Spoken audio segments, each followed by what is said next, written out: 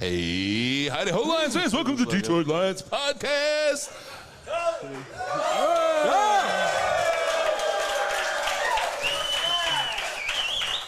You motherfuckers the best. All right. Let's get demonetized right off the stop. You guys, really, I appreciate all of you for coming out. This has been a great turnout, and you guys have been an awesome, awesome group.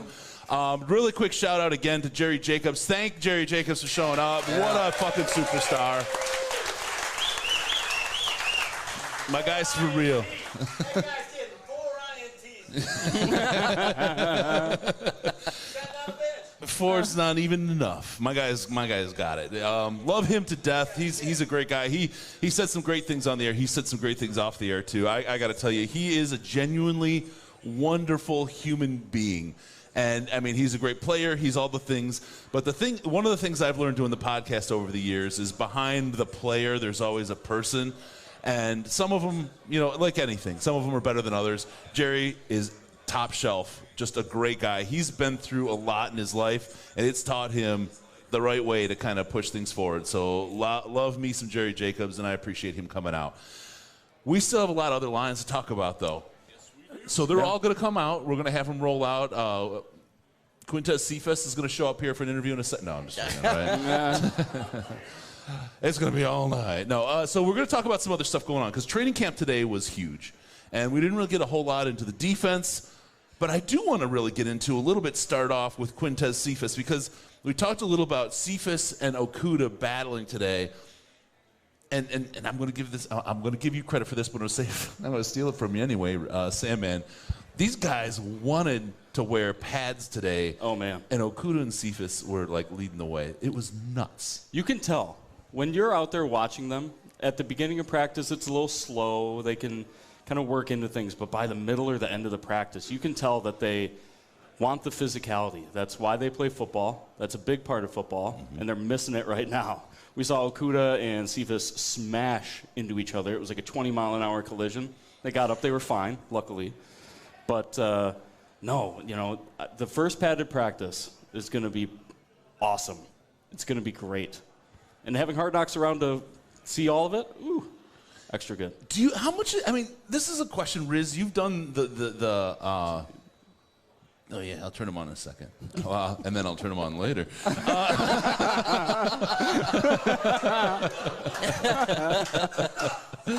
How much of what we saw out there, because we haven't seen this kind of scrappiness from a team, how much of this in the last couple of years, right? We just haven't seen these kinds of battles this early in camp in particular. How much of this is Dan Campbell and the Detroit Lions, and how much of this is, hey, Hard Knocks, let's play it up a little bit? Oh, I don't think there's anything. Already, we've talked to a couple players about it. We talked to Deshaun Elliott today about it. They are not aware that they're aware that Hard Knocks is there, but it's like they're just watching us do our job. Like they're used to having cameras around all the time. There are 4 Lions camera crews that are always there filming every play of practice. There's a drone this year that was. I only saw that once last year. I'll have to ask Justin or somebody if that's like a new occurrence, but it's omnipresent now. So I think this is them. Like, look, it was hot this morning. Mm-hmm. It was early. Sticky. It was not a pleasant morning to be outside for 4 hours in our case. And I think they're ready. They are so ready to put the pads on. All 3 of the guys we talked to after practice today, we talked to Julian, we talked to Deshaun, and we talked to Amani. And they were all like, we cannot wait to have the pads on. Excuse me. We are ready. We are ready to hit people. We're ready to get at it. They're definitely an intense group. And, you know, Dan feeds that. I'll say this, though.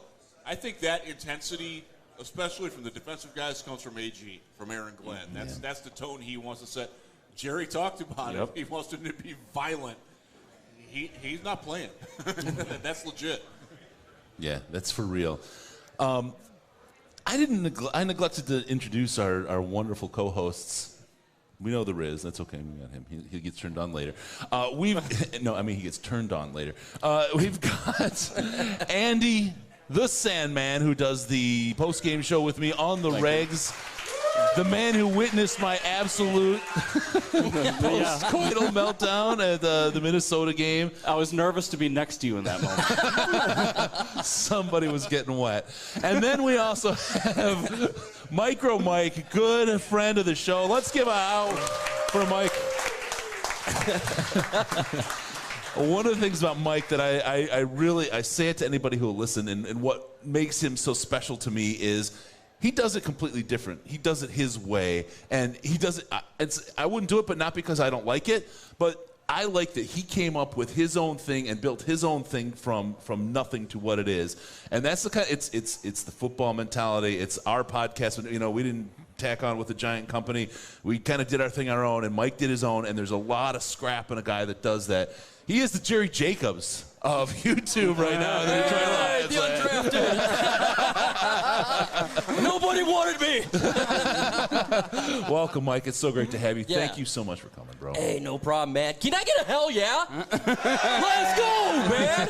Let's go. Hey, this is Detroit Lions fandom right here. You know, we haven't won ever, it feels like, but we're all here having a hell of a time. We're all family. Let's freaking go. That's what it's all about, folks. Let's go. All right. What do you fucking do to that, right? Hit the like button. That's what you do. Come on! All right, Riz, give us an overview of the defense in camp today. Let's start. Well, no. Let me put that on hold. I want to get to that, but I want to go back around to Quintez Cephas and what happened today. Finish off on that, because and you guys were watching. I was in the other end of the field at that point, so I was aware of what happened, but I didn't witness it. So I'll let you guys go on about Cephas and where he's at, what you saw from him today, and Cephas and Okuda battling and all that good stuff. Can I talk about the first hit, Andy? Yeah. Do you mind? No. Because Be my guest. I was so focused in on this. Okuda came up, and it was a play, no pads. We're not blasting each other or whatever. Cephas catches the ball across the middle. Okuda's covering him. And Cephas throws a shoulder. It was like the shoulder strike knockout from Conor McGregor. I'm not even kidding. He threw a real freaking shoulder right into the solar plexus of Okuda and blasted him back. And then it was like, he was like, what? And then he was ready to jump, but they couldn't place over the whole thing. And I was like, oh, wow, this is for real contact on a non-contact day. Yeah. Cephas is interesting to me because he's so powerful at the position that he plays. He's like a weird tweener tight end wide receiver combo, leaning wide receiver. Right. But he can do a lot of interesting things where I'm excited to see what they do with him as far as putting him up tight against the line, because he can chip defensive ends. He's that big and that strong, and then release like a tight end. But if they don't like the look, he can move out wide. Yeah. I think he's got a spot on this team. It's interesting because I think he's definitely on the team, and that's something that we talked about actually talked to Lomas about it today. Lomas is like, everybody just comes up to him all the time and just starts talking to Lomas, and he knows everybody and he knows everything. He's a brilliant guy, but somebody came up to him and it's like, what do you see from 87 this year? He's like, I like what I see. And that's sort of like a blessing from him. Yeah, okay. We went into camp and we thought that there was going to be this battle between Quintez and Trinity Benson and possibly a couple other guys. And it does still seem like Jameson's going to start the year on PUP. I don't think he's going to be ready week 1. It sure feels that way, which means that they might both make the roster, but Quintez is a guy, just the way that he's played this week and the tone that he's set and the mindset that he's got, he's sticking around. What's really good about Quintez Cephas is he's opposite from a lot of the wide receivers that we currently have on this roster. We have speed, DJ Shark. Speed, got Williams there. But Cephas, he reminds me of Anquan Bolden when he was with Detroit. He just gets open, he's physical, and my God, he's got Spider-Man hands. He got bit by a nuclear spider because this guy catches everything. It's crazy because he's not tall. He's only 6'1". I think a lot of people have this impression he's like Kenny Golladay. He's not. He's one of the smaller receivers on the team. But he is so strong and his arms are so freaking long. It's weird. It's a very weird body type, but it works for him. It's a testament to, you talk about speed receivers, you talk to all different kinds of receivers. It's a testament to the ability to run routes well. because he's very, very good at that. He's not quick, he's not fast, but he is physical, and he runs really, really good routes. And Andy, you were talking about this. I mean, this is a guy that seems to be higher on the roster than maybe a lot of people are talking about. Yeah, you know, we were talking yesterday about how the team is kind of being built around Jared Goff and what his strengths are and what he requires in teammates to be successful. So we need guys that get open on time, people that are where they're supposed to be when they're supposed to be there. And that's exactly what Cephas does. He gets open without needing speed to do it. He finds holes in zones, and he sits down perfectly fine and then powers through and gets those few extra yards that you need. So when we look at the wide receiver group, he is opposite of everybody else, like Mike said. But he still fits the mold perfectly of who Jared Goff kind of needs as a weapon. Yeah. Unknown aspect about Cephas. A lot of people talk about wide receivers getting open and route running. Great, but blocking is vital towards a wide receiver. And the guy is a bully. He can block. We got a guy named Swift. You get open in the field, it's over. Thank you, Cephas. That today. Yep. Oh, my God. That was a beautiful. and the crowd, all of you who are there, you know the play we're talking about. The way that DeAndre took off. And actually, Jamal had one, too, where he got free into the open on the same sort of play. But watching Swift go off and watching Mike, it's a great point. Cephas is a fantastic blocker. He takes a lot of pride in it. And they design things like knowing that he can handle those blocking responsibilities that other guys might not be able to. Let me ask you about a weird role for him, because you brought it up today, Sam, man. Squeeze him in at a tight end. With his ability to block and his ability to catch, he really puts a weird spin on that position. They have a weird tight end room right now. Yep. Exactly. Like, we know Hawkinson's good, and he looks great. He looks real good. After that, it's like, okay, Brock Wright has his moments. Shane Zylstra was monster in the red zone Friday. Didn't do a lot today. And then, like, all the undrafted guys, like, it's hard to keep track. Like, there's an opening for somebody to seize that tight end 2 or tight end 3 role. And he's small for that role. But if you can use him in a pinch. Let me get my tongue back in my mouth. No. Well, we saw. I'm sorry, Riz. I can't help it. We don't get to see each other that often. But we did see him on the end of all the special team drills as a rusher and a guy that's going to block in inside gunner, and he was doing very good at that. That's a change for him. He has gone one spot inside in the special teams rotation. That's important for him. Special teams important. Ask the Green Bay Packers. You failed there. So, I mean, you've got to have all three phases of the game. And so if he can help out there, no doubt about it.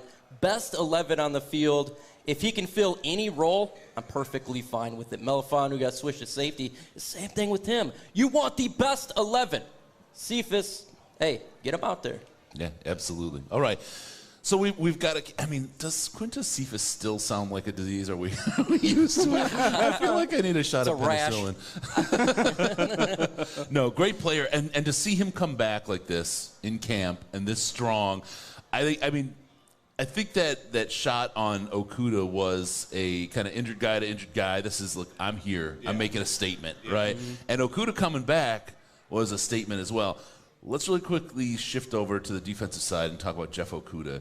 We've watched his arc. We've watched him on Instagram. We've watched all his videos that he's put out there. And it's like, wow, this guy really looks like he's coming back. This guy, I mean, he built, I think, what do you guys think? Did he build confidence with all of you in what he was putting out there on socials about his recovery? Yeah, a lot of head nods. Yeah. I mean, I was feeling like, to see him today, I'm like, he was never injured. I mean, this guy. You really can't tell that he's coming off of an Achilles. It's crazy. And he was like that at minicamp when we last left him. He was running like full dog sprints, doing line gassers on his own after practice, after everybody else had gone in. Now he's working on. He's got the jugs machine. He's sprinting full speed at the jugs machine. They got it cranked up, and he's catching it like 10 yards, 5 yards, just running back and doing it over and over again. His recoveries, again, you cannot tell that he's been injured, and he trusts his body. He's very confident in it. He was hitting hate to say it. I don't know if I want to break any CBA. He was hitting hard out there today. They are allowed to have contact as long as it's not like deliberate. Like you can I can block into you like that. That's nice. I can't pick you up and pile drive you. Not that my back would never. Wait, are you under the CBA? Is that a factor? Sue here?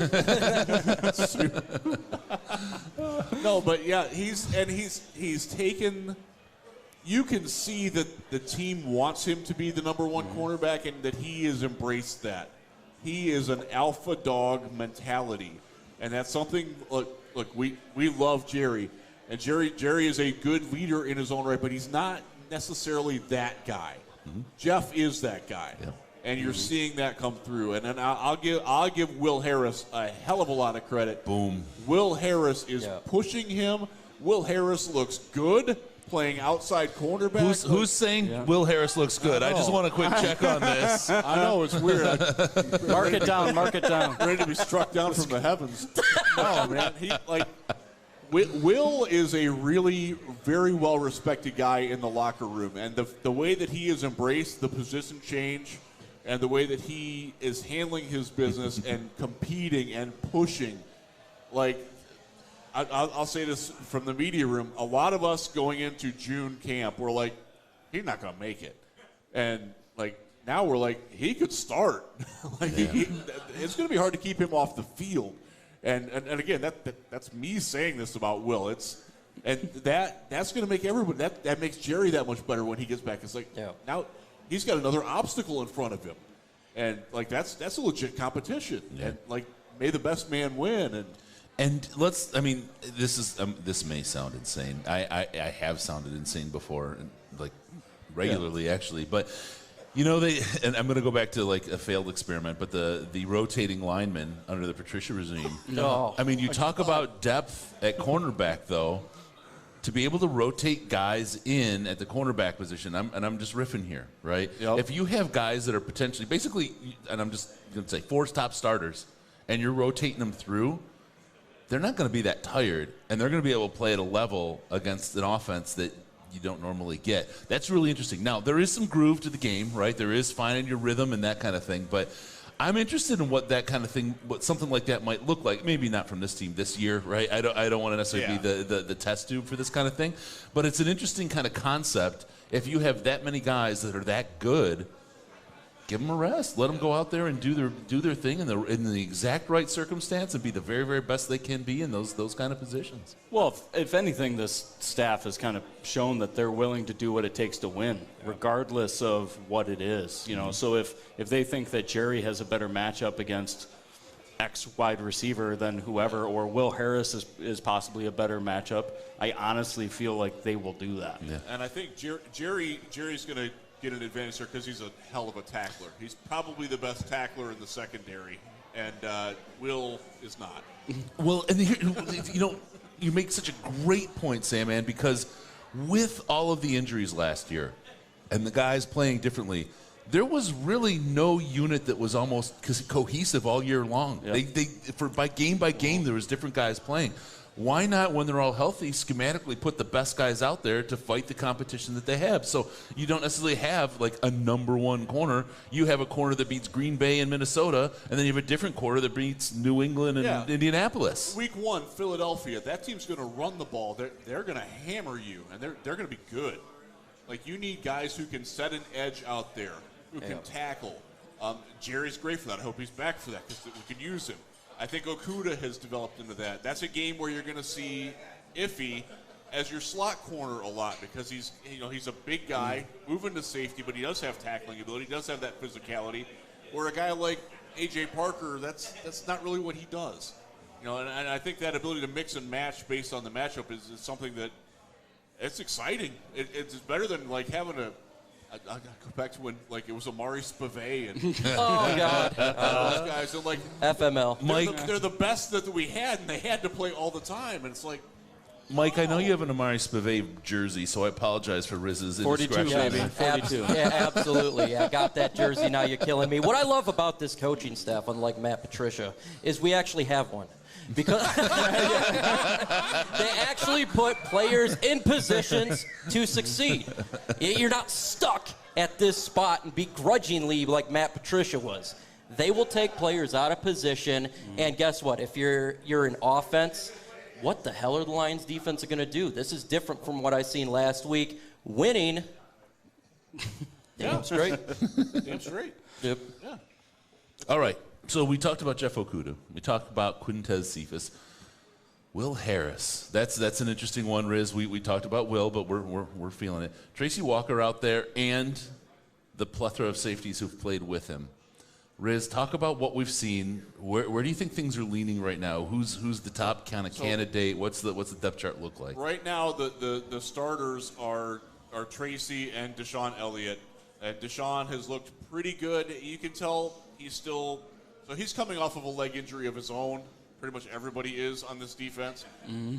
But he's really smart. And by the way, for you guys who like the ink, his legs are like a tattoo parlor's perfect advertisement. He's got ink and like it's like sleeves on his legs, but they're like very distinct and individual. There's like enough breakage between them that you can tell like every individual one. It doesn't bleed together. I was impressed. I could listen to you talk about tattoos like you talk about hair. There you go. Yeah. That's good. Appearance is important. You're turning me on. Deshaun is another guy that you're going to see him look better when they can tackle because he is a hitter. Mm-hmm. I got to see him when he was at Texas, and like he's going to leave his shoes and decleat you. That's his goal. He's an Aaron Glenn guy. Yeah. Oh, hell yeah. Yeah. Absolutely. So he's going to be out there. I've seen Kirby Joseph has been kind of bouncing between. I don't think he's got any first team reps. Bouncing between second team and third team. They demand their safeties a lot, and Deshaun talked about this in his press conference today about how he's being asked to, and how the safeties, they are the playmaking position in this defense, and Aaron Glenn has made that very clear. That's one of the reasons why they've de-emphasized the linebackers is because they want the safeties to make plays.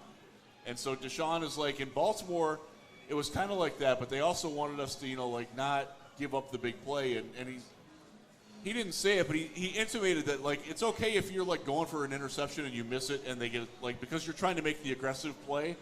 And I think the ability to make aggressive mistakes is something that Deshaun will embrace. I think Iffy will be okay with that. Kirby isn't there yet mentally. He's still a guy that's, still playing at Illinois in a very careful defense. We're like, oh my God, I'm the best player on the field. If something happens, I have to be back here in reserve to make sure that I get it. And they're trying to coach that out of him. I'll give it up. Juju Hughes is a guy that nobody in this room thought was going to make this team. I will tell you that one of my media colleagues is insistent that he's going to make the team.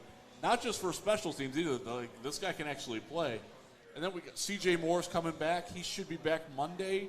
Knock on wood. He's been on the PUP. He looks real good. He worked very hard off to the side yesterday. We actually thought he was going to get activated today. It didn't happen.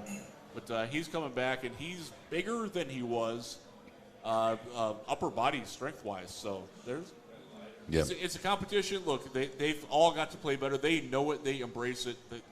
Having the competition, I'm looking forward to when they can hit, and I know they are too. Yep. I got to shout out Magnus Q in the super chat. Just tell Will Harris not to tackle Jerry's ACL again. He can start corner all day. Jeez. Now, we did, if you missed it in our last interview with Jerry, we talked about that, and he literally holds no ill will at all against ill will. Ill will. Oh, I didn't even do that on purpose. I should have done shit with Ill that. Will Harris. They're bringing another beer. I'm going to miss a lot more. The shirts are coming. The shirts are coming. Ill will. He doesn't. And to watch Jerry on the field today, you could tell he was hungry. He wanted to play so bad. But every guy, he was out there. And Will Harris, I saw him not just in the rotations of reps. He was out there with the guys as they were doing all kinds of things, hyping them up, stepping in. He's supporting the team, but he was all over Will Harris as go get him, go get him, go get him, and congratulating him when he did well. There's a camaraderie amongst this team. Again, for the Detroit Lions, maybe this is normal for other teams. I mean, the Lions haven't been normal for a while, right? But this is really exciting. Thank you so much. You're the best, Dan. Uptown Grill. Who loves Uptown Grill? Dan and Hannah tonight have been spectacular. Thank you guys very much. They have been good. But Jerry is out there for Will. I mean, this is a group that's so supportive of each other, and they really, really relish in each other's success. The hardest part, Mike, about this team, I think this year, we've talked about, but it's good. They're cutting people you like and people that are good. There's players out here that are just rocking and rolling, and we're going to see some really good players that don't make the team, and my heart's already fucking hurting for it, man. They're going to get picked up by other teams, and this is what happens when you have quality depth, and the depth on this team is much improved than we've seen in years past. What happens when you have a general manager that can draft? Holy cow, something that we haven't had in a while, folks. You're getting undrafted guys that can make this football team, but that's good because they all compete against each other. It sucks to see them go, but the team is better from a talent aspect, and it's really important to be a talented football team. Mm-hmm. We haven't been like that in years. Now we're going to see good people go. Hopefully, they stay out of the NFC North. Yep. Get out of Karen Rodgers' way. We didn't want that one. do the like thing really quick. If you guys have not smashed that like button, you're nuts. We got 25 likes, 94 in the building. Come on, smash that like button. Tell them right now in there. Tell them to smash that like button. Light it up, folks out here. Yeah. Oh, come on. Come on, in the room, hit the like button. Let's go. Come on. I'm going to do it right now. Jerry would do it.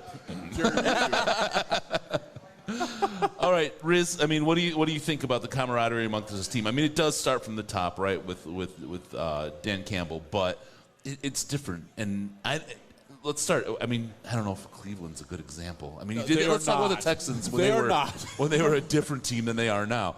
Is this the regs in the NFL, or is this something that's a little special? I think this is a little bit different because I think the coaching staff, because so many of them played. And not just played, but like had a lot of success. Like everybody knows who Mark Brunell is. Everybody knows Antoine Randall L. Mm-hmm. Most people know who Aaron Glenn is coming in, and everybody knows Drew Staley. So that having those guys in key positions, I think it allows the players to trust what the coaches are going to be doing them, knowing that these guys have done it before. And they sort of downplay that. They don't want to, because they don't want to diss coaches and coaching staffs that haven't played, because they might wind up on them at some point. But the culture that they're building is real, and it is organic. You can feel it. And Dan has talked about it. Brad has talked about it, about how they're trying to find guys that fit their mindset. And I think they've done a really good job of finding those type of players. They've had a couple of miscues. Rashad Perriman being one. That's a guy that just wasn't a culture fit. Honestly, Anthony Lynn, guy just didn't fit with what they wanted to do. And they whittled those guys out pretty quickly, and I like that. I like that. One of the signs of a good organization is that you don't let mistakes fester on your roster. That's something that we talk about the Patriots a lot in a negative connotation. They've been really good at doing that over the years. Yeah. If somebody's not cutting it, they will cut them. And that's something that we didn't see. That was honestly Jim Schwartz's biggest problem in Detroit, was they had guys that Schwartz liked. They were sort of his pet projects, and they didn't work out, but he wouldn't get rid of them, and he kept playing them. Didn't try to do something different. And I'll say the opposite. They overdid it with Quinn. They cut guys and then backfilled with guys of lesser value. So they would continually downgrade the roster for some reason. It was I don't have anything nice to say. That regime had a problem with players who wanted to take on responsibility. And that's why one of those safeties is in Seattle. That's why one of those cornerbacks is in Philly.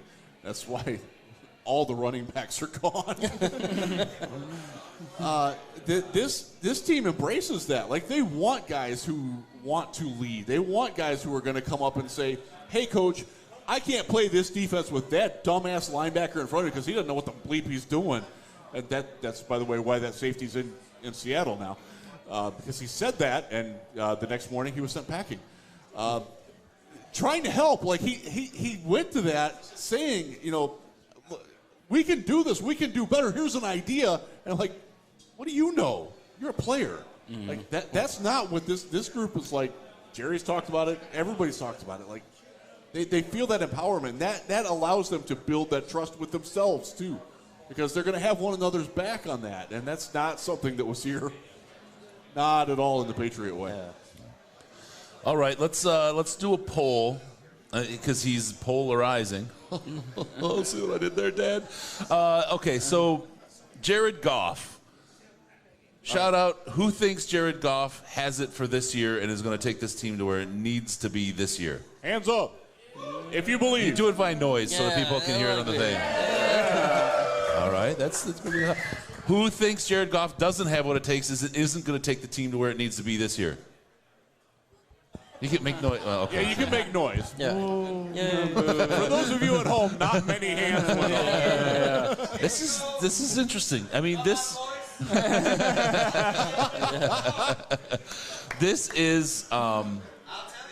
it's preseason, right? This is when the hype and the happiness and the hope all comes together, and the optimism really hits. I think you guys have heard me say it last week on the show or earlier this week. I think Jared Goff is going to take this team where it needs to be this year. He's going to take the step and take this team where it needs to go. Jeff, counterpoint me. I think there's a finite limit to what you can do with Jared Goff, but they've done everything they can to get to that limit. Yeah. Yep. And I like that. Yeah, fair enough. I'm rolling with that. How many people in the room think that Jared Goff is going to get Jared Goffed in Detroit like he did in LA? Maybe not run out in a mean way, but they're gonna build the team around him and then get the quarterback to push him over the top. I kind of. Okay, there's quite a few hands on that. I'm just wondering. Quite a bit more hands than on the we don't believe in Jared Goff. Yeah. Well, no, I mean, look, we watched LA build a team and get to the point where they were a quarterback away, right? And then wouldn't it potentially? I mean, you can see a reality in which that would happen here, Andy. I mean, this is a potential thing, and boy, I hate it because I like Jared as a guy. You know, it's one of those things where this is a make or break year for Jared Goff because they've built the team so well around him. If you talk to me about how our wide receiver room was going to look this year, it wouldn't look anything like this. They revamped it. Yeah. I mean, I would argue that this might be one of the better wide receiver groups that Jared Goff has had, especially once Williams gets back in. Absolutely. Amon-Ra versus Kupp. Well, you know, Give it time. I don't know, man. I'm one of the best. Pretty damn good. Yeah, Cup's pretty good. But honestly, if he fails or looks bad with this group, I think the experiment has to be over. Then you know. Yes. Then you know. Like Jeff was saying, you know, they're willing to cut ties on time. They're not going to fester on it. I think if Goff looks bad this year, he's not going to get another go at it. Yeah. You know, whether they have a succession plan or not, I think, you know, it All is right. what it is. Denver Lion, thank you so much for the super chat. Just imagine what the D would look like if Diggs and Slay hadn't been traded. I don't want to imagine that because it makes me Much harder. sad. So Much sad. harder. So sad. Favorite going gone. Okay, so Jared Goff isn't the guy this year. Where does that leave us next year? Okay, we got a quarterback. That means we draft him. That means we need 3 quarterbacks. Well, right. It means we're going to blow. But I'm asking. Wow. But Wow. my question is actually timeline. Because with Jared Goff right now, if he does well this year, carries this team, moves us forward, again, the Rams kind of timeline like, okay, the quarterback is what we need. We're going to get somebody then and replace him and move on. And maybe we get maybe it's Herbert, right? Who knows when his contract comes up, whatever. That's fine. That's cool. That doesn't work. Okay, Goff goes, and now you get a new quarterback, whether it's through the draft, through the trade. Yeah. How many years now are added on to this idea of a rebuild? I think much of the idea is Jared Goff has to work. Not just that this is his prove-it year. Based on how the rest of the team is constructed, Jared Goff has to work, Mike. I think Jared Goff is going to be here next year, regardless how this season goes. Because if they want to draft a quarterback, they have the capital to do it. But why would you put a rookie quarterback in this situation when you have a team that could make the playoffs next year? Because I legitimately believe they have the weapons there. And so I do not believe Jared Goff is gone after this year. I think he's going to be here. And it just depends on him. He's got the weapons, top 5 offensive line, kick-ass tight end. We got hella wide receivers there. So it's a win-win for fans. You're either going to have a team that's going to excel or you're going to have your future quarterback anyways next year. And there's a great quarterback draft class this upcoming draft. We got 3 that go in the top 3. So win-win. All right. Sandman, what do your feels say?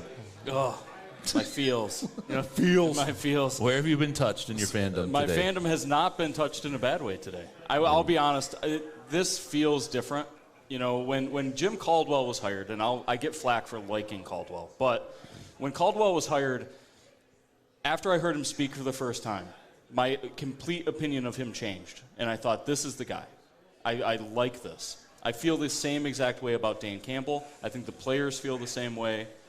You know, I think it's only up from here. I just had this feeling of like I was going to be walking around without any pants on. I knew with that line right there, he was my guy. I mean, we've been a pants-free podcast for a long time. I mean, we have to dress up to come out, right? Yeah. So it's not quite what you guys expected. But him being a pants-free guy, you're right. It's different. Should have ordered larger and longer cloths.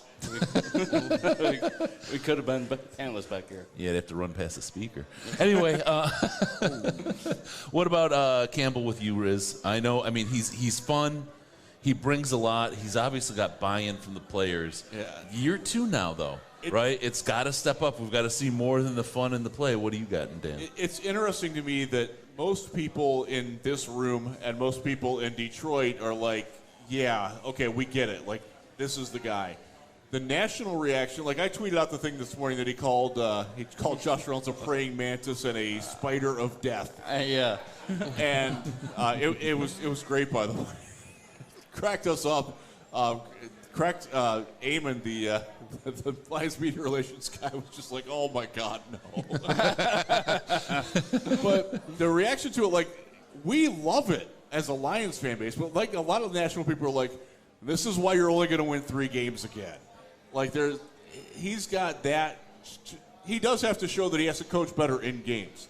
And I think he has better weapons at his disposal. There's pressure on Dan to win more this year, too. I think we understood the situation last year that, like, things had to be burnt down. Yep. Like, you got, there was nothing that could have been left. But now you do have to build and you do have to get wins. And like Jerry talked about it, Dan talked about it. If they're not getting the wins, eventually Dan's message isn't going to resonate with them. So he's got to get more wins. I think he understands that.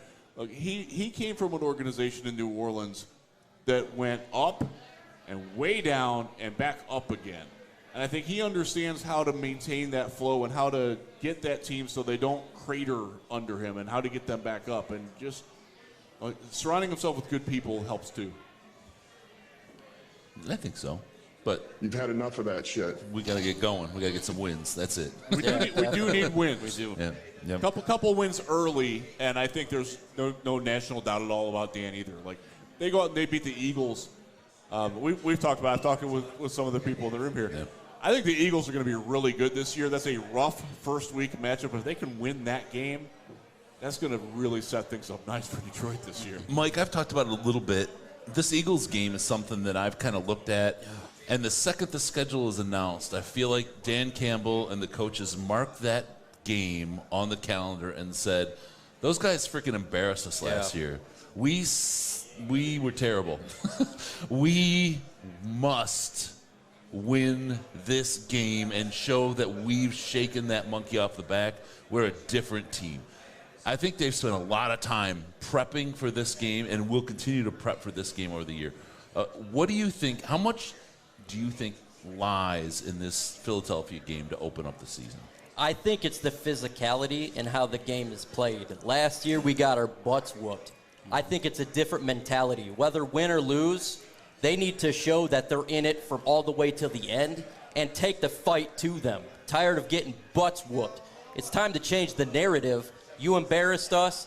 Well, if you win, you're going to be crawling back to Philadelphia. That's how we're going to do it here in Detroit. And I think that is exactly what needs to happen week 1 versus the Eagles. It's a kneecap biting game. Yeah. It literally is. You'll knock us down, we'll get back up, we'll take another bite. This is exactly that kind of game, and this is why I think the coaches and the team have set this up with the players that way, that this is a game that is a must win. We have to show that we are not last year's team. Whether they say that to them or not, they know that that kind of a statement win over the Philadelphia Eagles, Andy, is going to mean something to the fans, the team, the players, the coaches, the whole thing. Yeah, I mean, they've been, touting grit all year. It's like plastered on all the walls inside the training facility. They know what they want to be. The players have bought in. We just need to see it. Show us. Show us the grit. Show us that you're willing to out-physical other people. Maybe you don't have more talent than them, but that you're willing to outwork and you're willing to outplay them. Yeah, I love it. Oh, grits. Grit, not grits. Oh, sorry. Kiss my grits. Riz, kiss my grits. Kiss my grits. He pulled it out. Oh, my God. I love that show. All right, let's do some final statements. 5 people here who know what that show is. Andy, Mike, I appreciate you both for coming in. Andy, you got drafted last minute. I mean, I appreciate you coming in. I always appreciate you. Hey, I was undrafted, so. Yeah, me too. Drafted. All right, let's roll down the line here. Riz, give your thoughts up to this point, and then what you think that we're going to see for the rest of training camp and how that's going to affect the season. I think you're going to see a lot more intensity from the linemen when the pads come on. I think you're going to see Panay and Aiden go at it. And I think that's something that we're all going to like to watch to see. Because so today, Panay was playing left tackle because Taylor Decker got a day off. It's mildly injury-related. He hurt his foot a little bit at the end of practice. They're not going to push it. He's got an off day, so just take the day off. Mm-hmm. Panay is not a left tackle. That was made very obvious if you watched practice today. But he's played left tackle. He has. We've seen him play left tackle. We've seen him play it not very well. Right. And that included today. Aiden smoked him. Smoked his holes. Every one of them. And Panay can't fight back yet. And Panay's strength is his strength, literally. Mm-hmm. He's an aggressive lineman. He's going to go out. He's got to get that first hit in. That's how he wins. He can't really do that without the pads on. So I'm curious as to how that battle is going to play out. Like there's a lot of position battles that are going to be fun, but that matchup's going to be fun. That one, I'm serious. There would have been a dead quarterback on the other side of that. And that's probably a guy we haven't talked enough about. That swim move on Panay. Panay's no fool. Right? So he's no fool. And Hutchinson as a rook, he did that play. He did at least 3 plays that got him in the backfield to murder a quarterback today that blew He did two in a row, and one of them was a run play, and the running back didn't even take the handoff. He's just like, nope, I'm done. Yeah. Yeah. This kid, now, and I'm going to say, I've told you this before, Riz, because he's a Michigan guy, right? Because he's a local guy, I bias against it because I have this whole thing about, I love Michigan. I'm a Michigan guy, right? Go Florida, though. Go Gators. But I am a Michigan guy. And anytime the Lions are all about get the Michigan guy, I'm like, no. There's too much confirmation, local bias. There's too much. Yeah. And I say, okay, he's really got it. And I make him, whatever the player is, I make him go farther to prove it. I saw Aiden Hutchinson out there today play at a level that was not at all like any rookie I've seen in training camp on a defensive line in all of the training camps I've been to. He's really, really good. He is not just like the second overall pick. That kid's fucking special. Yeah.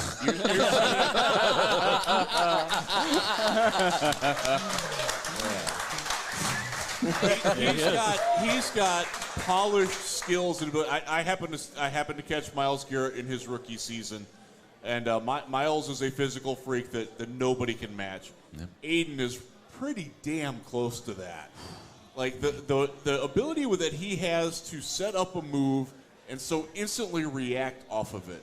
If he gets at you and you're a tackle and you don't get a hand on him right away, you're done because he's gonna, as soon as you go to punch with one hand, he's going through that or around it or figuring out ways to do that.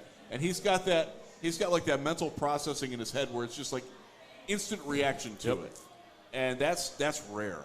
I'm convinced he's going to be a very good player right away, and he's going to help that line. And we talked a little bit about Anzarike a little bit earlier, looking good out there. And Dan said he needs the pads to come on soon. Yeah. He's the guy he's really itching. You can tell he and Jonah Jackson are going to get at it. Yep. Jonah put Deshaun on the ground today in a very fun screen pass and celebrated it. And you could tell that the defense wanted to get up and get chippy about it, but we can't do that yet. Can't do it yet. Monday, Tuesday, that's going to happen. Yeah. Andy, that was it. Anzarike out there. I mean, Dan talked about how he never really had a chance last year. He just wasn't right for the league. This defensive line, they get the pads on Monday. We're going to see what they have to bring. They look hungry. They look angry. There's something. I think Aiden brings something special. Yep. But the rest of them seem to be stepping up. There could be something in there. Honestly, pads coming on is going to be so exciting for everything because this team is going to go as the lines go.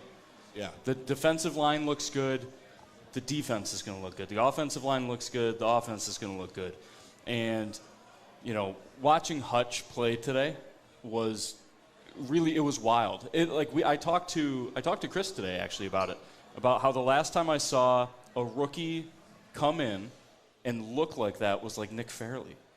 When he would teleport through, rooms, man. Yeah, he would just blow past, and it's wild. But once the pads come on, that's when we're really going to see what Aiden is capable of when he does go against Panay, who, is by all means a world breaker strength-wise. He's a pretty dang good right tackle. Yeah, absolutely. One of the best, and a power-oriented player. So you can't do that without pads on. So you're going to see Panay at his best now, and I'm looking forward to that. And they've been waiting. They've been waiting. You yes, can tell it's been semi-violent without pads. It's probably going to become very violent with pads. It's going to be good. So I'm really excited for Monday. We're going to see I think Monday we're going to get a real sense of where this team is. I have to say, this is all on me, Andy, because you're always right, but this is like, it's just like my Michigan bias thing, right? You're like, oh man, they want to get the pads on. I'm like, it's early, Andy. It's just one play, right? You're like, oh, there it is. Oh, they want to get the pads on, right? Like 3/4 way through the practice, like, Andy, they really want to get the pads on, man. They're beating the shit out of each other. It was crazy, and it's like, maybe I'm slow to learn. I don't know. But you saw it. You felt it. I mean, just like the whole Patricia regime, you were there day one and saw it coming. And I got to give you credit.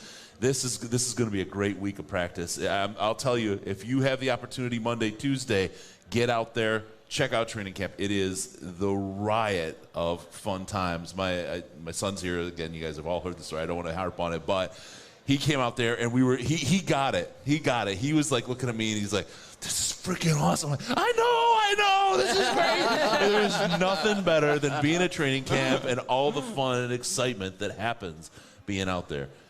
Mike, what do you got, bro? What are you thinking? I love physical football.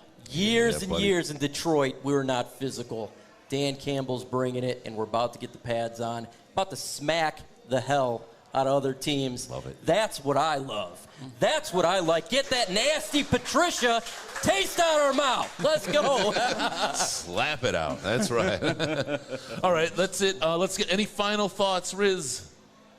I just dawned on me that they do actually get a joint practice in Indianapolis this year when they can take it out on another team before they play in the preseason. That is going to be a very fun week. There we go, Riz. All right. Andrew? Oh, man. I'm just excited to see this team at full strength. I felt like last year we were constantly seeing people that were dinged. We were always at 80% or strength or less. I'm really excited to see this team as a whole come out and see what Dan can do with a functional roster. Yeah. Mike, brother, it's so good to see you in person. Everyone says you're a little guy next to me, but he's not. I mean, he's a big guy. I'm a little guy. It's no doubt. I'm glad I'm sitting here and not Jerry Jacobs because he's a big guy. He's a big Jerry guy. fills a seat up, doesn't he? Yeah. I'm like, damn.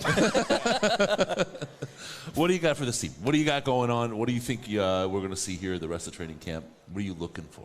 I'm just looking for this team getting good with the scheme for the offense. I think that's really important.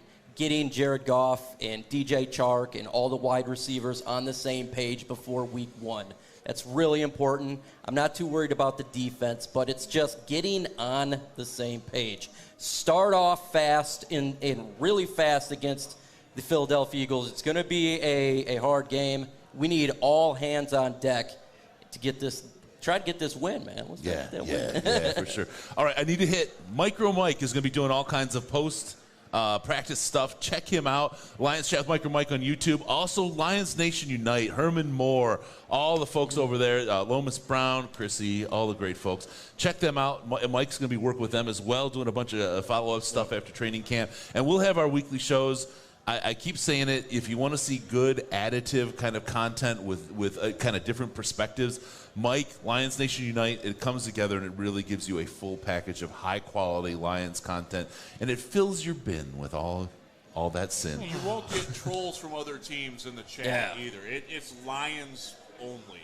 So What? I couldn't hear you, Riz. You weren't choking on your mic. it's Lions only. Lions Nation. There ain't no Bears or Packers in there. It's like fans only, except Lions only. That's right. All right. With that, you gotta just spin. Only fans, right? Only No, fans. there's fans only too. Only fans. Only baby. fans. Only fans threw us out. There's actually a fans only too that I'm working on. We'll see if we can Only get that. Lions fans. Yeah. We're going to put Mike's face on it this time, see if he'll accept us. Right? All right, to everybody here, first off, Uptown Grill. Thank you all at Uptown Grill for the great service, the great party. Thank you all. Great food that I'm about to partake in, and the beer that I have been. Thank everybody in the room very much, all of you, for supporting us, coming out, spending time with us.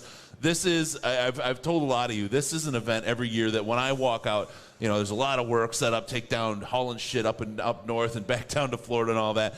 But this energizes the hell out of me. I am never happier than when I get home after doing all this. I feel so great between training camp, hanging out with all you guys. I want to thank you all for what you do. I appreciate you guys. We have got folks here from California, from Texas, dang. from Denver, from all over the place, from Ohio, from Mike and I are here from West Michigan. Yeah. So, several other West Michigan, like Georgia, Malcolm. coming up from Atlanta.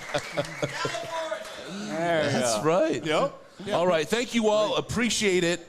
Don't forget about, I don't even remember this shit. I read it every time, but I literally read it off the slide. Like, it's the only thing that we do that I read. Patreon.com/Detroit Lions Podcast. Get the access to the Slack chat with those $5 a month. Call us on one of those phone numbers, 929-33-LIONS, 929-33-LIONS, the Lions line. Remembered it. Yeah, I did. I don't call myself that much, but call us there, leave a message. We'd love to have you on the show. Join us there. Join us in the Slack. And Riz, why should people go to Detroit Lions Podcast? So we can come into your ear holes automatically. You're not leaving here without your... I'm getting full tonight. You just got drafted. Welcome. All right. Thank you all for coming out. We appreciate it. We're going to break down. We're going to spend some time hanging out. It's a great time, and we appreciate all of you for being here. We'll do that real shortly. With that, let's see.